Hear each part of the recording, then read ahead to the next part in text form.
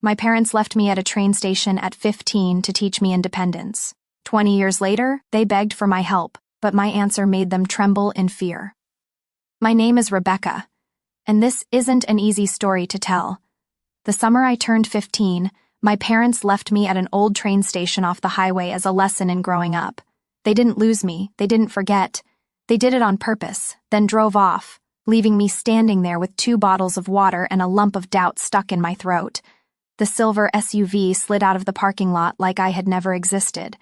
At first, I naively thought they were just circling around to park in the shade, but 5 minutes passed, then 10. I checked my phone. A message from Mom popped up on the screen. "Let's see how long it takes you to find your way home." Just a little test, Rebecca. Kids need things like this to grow up.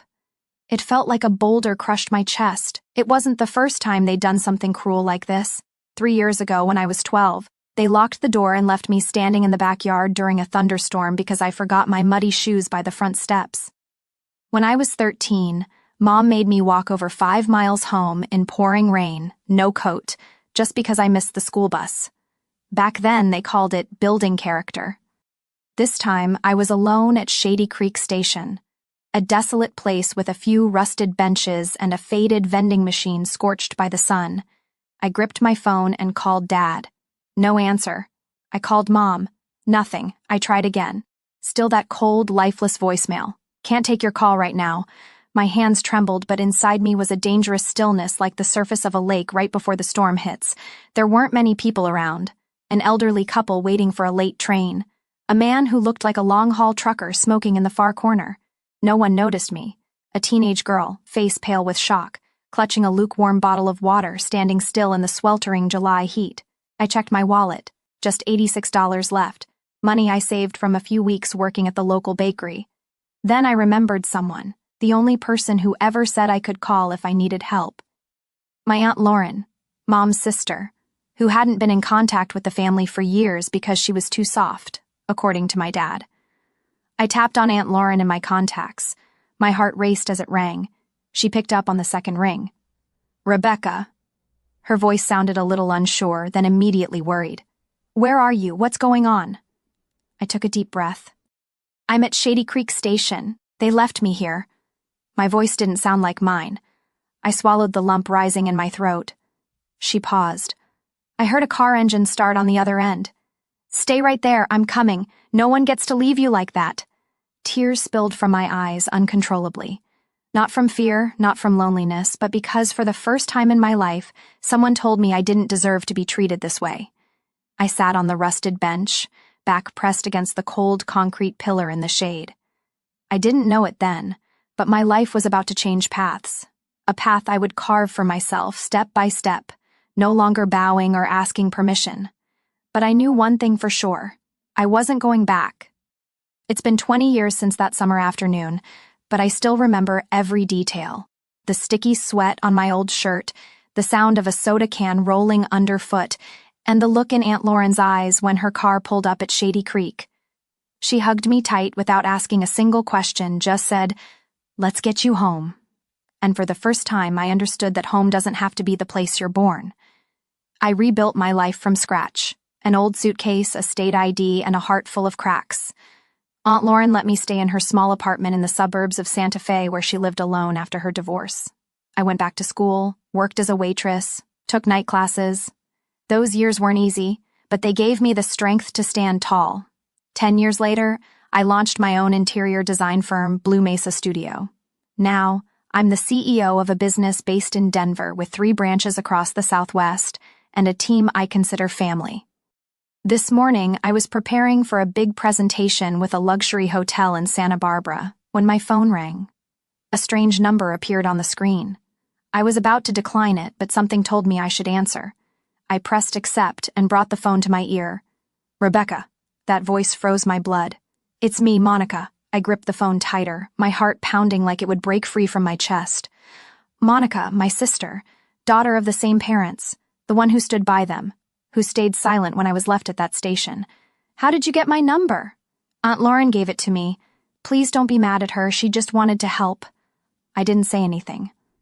Monica took a deep breath, then went on, her voice trembling. "Rebecca, Mom and Dad are in trouble.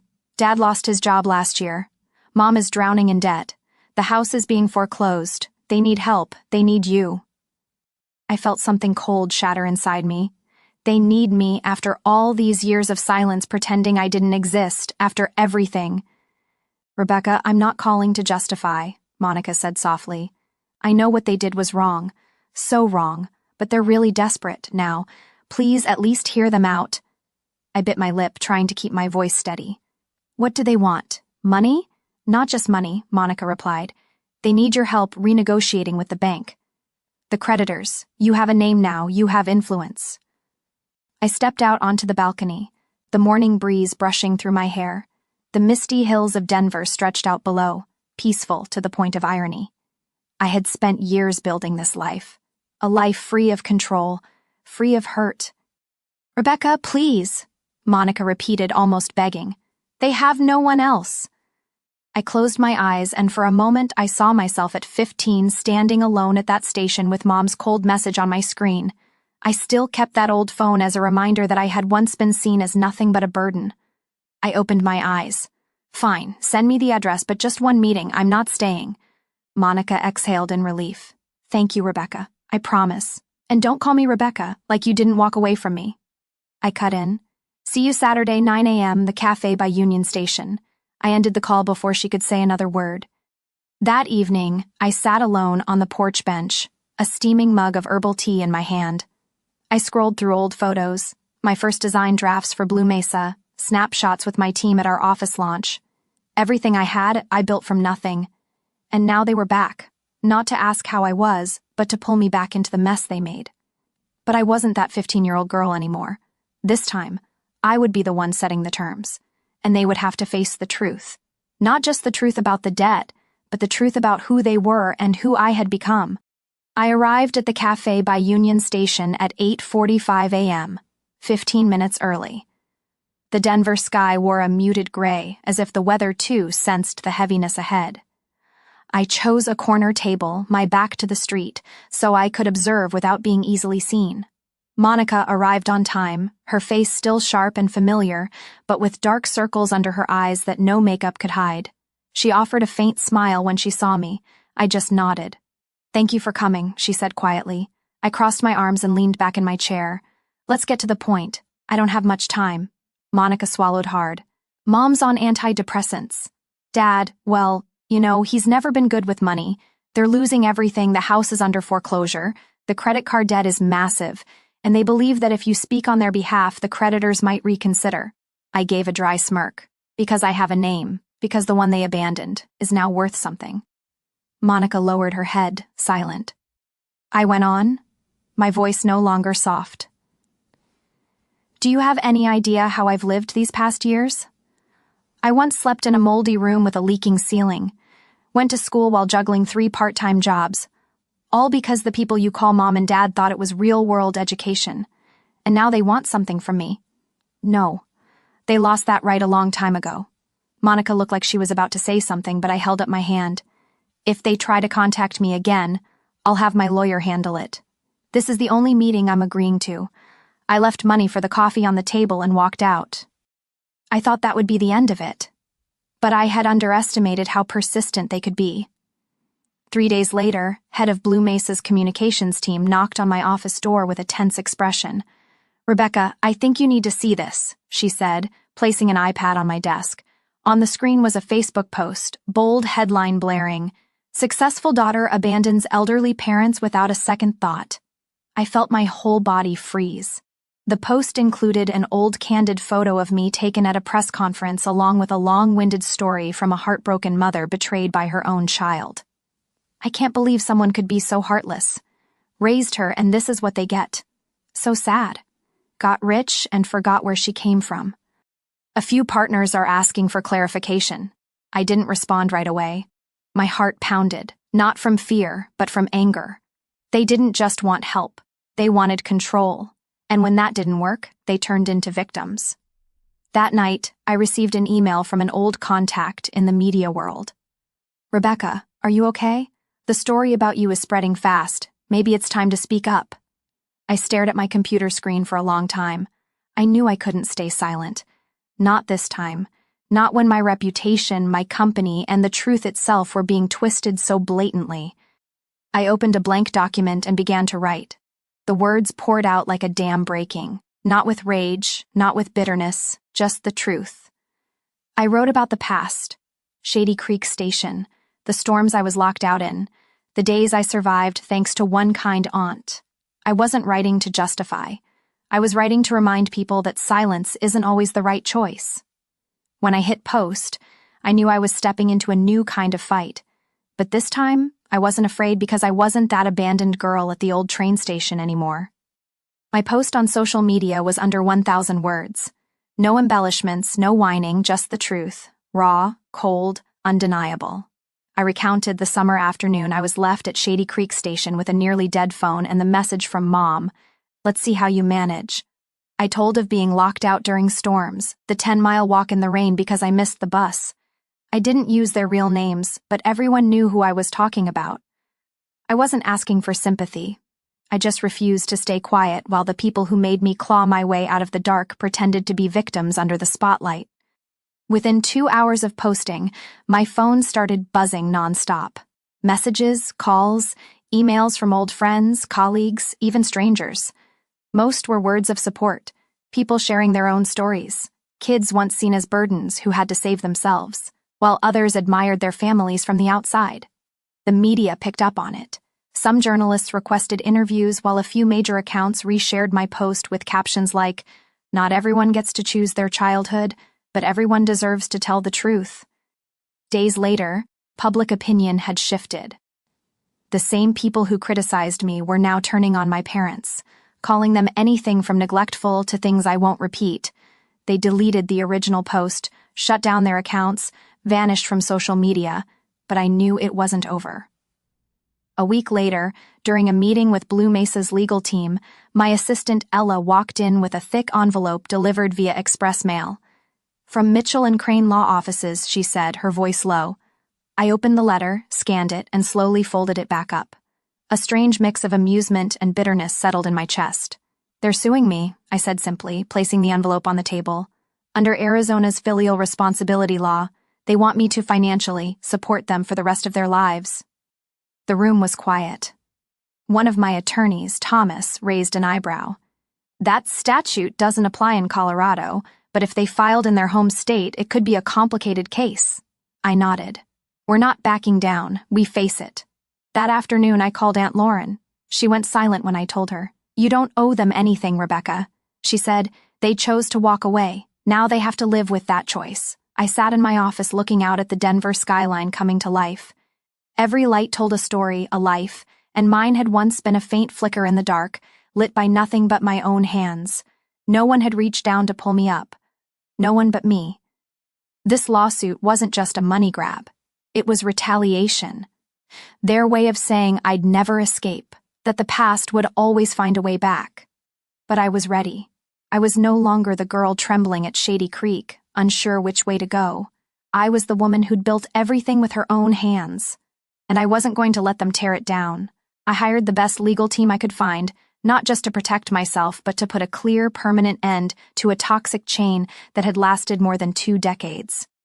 2 days later, I received a text from an unlisted number. I didn't need to open it to know who sent it. "Rebecca, don't take this too far. They're still your parents. Remember everything we've done for you." I didn't respond. I just took a screenshot, forwarded it to my lawyer, and added a note. Proof they're still trying emotional manipulation. Proceed.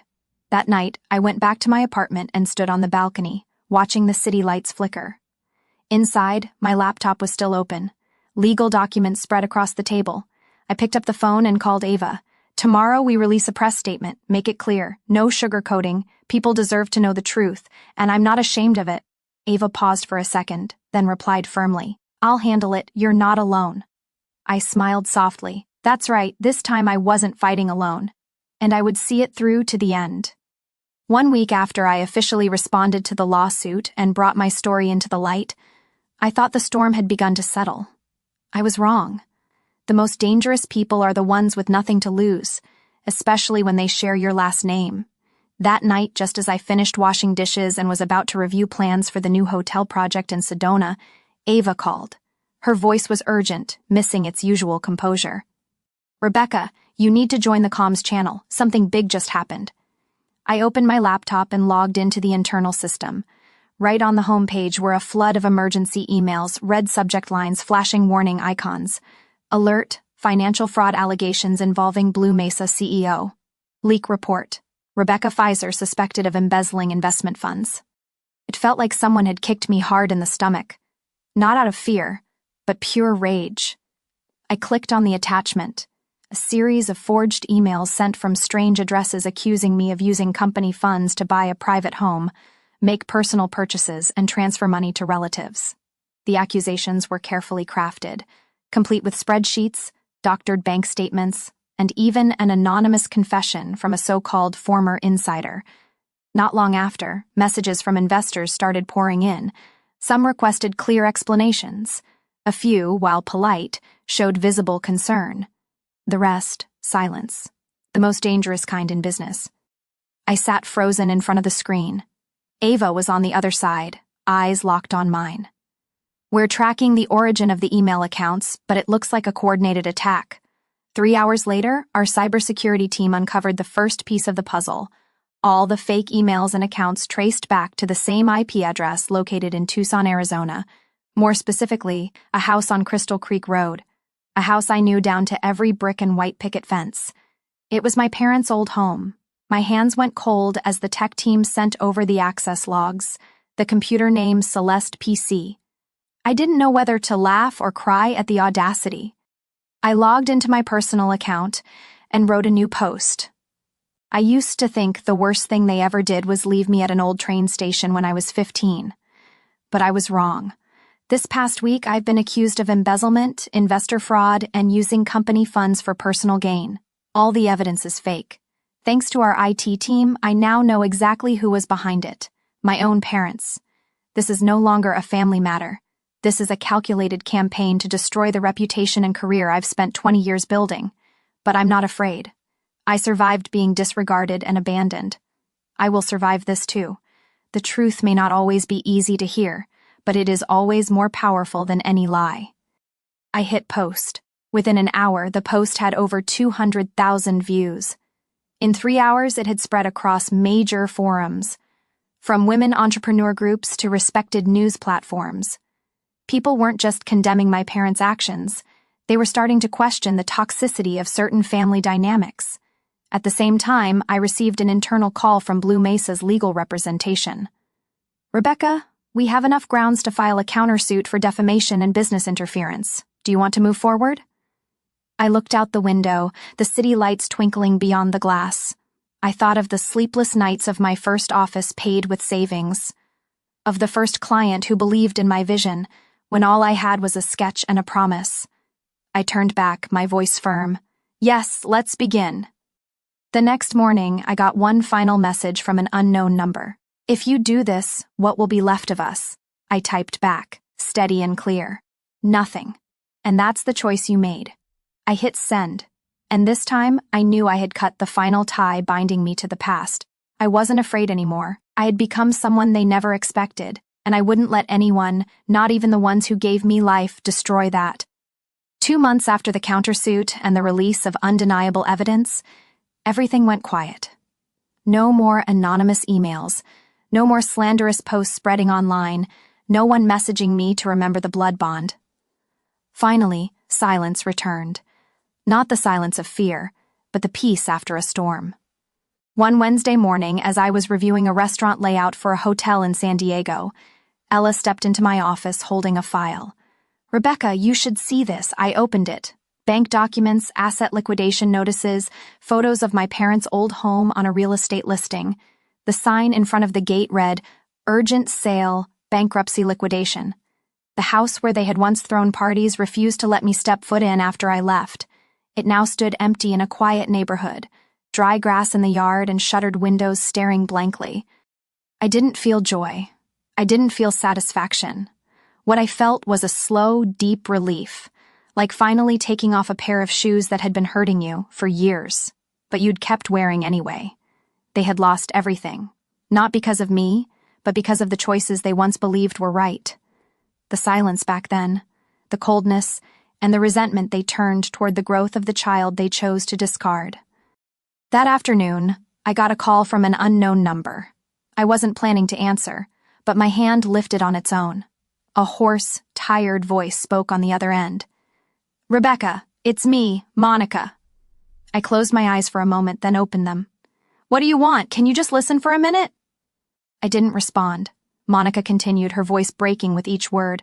"I know it's too late, you were right. They ruined everything themselves. Mom's crashing with an old friend now, and Dad, he doesn't talk to anyone anymore. Whenever someone brings up your name, they just look down. No one believes them anymore." I stayed silent. "I'm not calling to ask for anything," Monica added. "I just want to say I'm sorry for standing by when you needed me, for staying quiet when I should have spoken up." My voice was calm. "An apology doesn't change the past. I know," Monica whispered.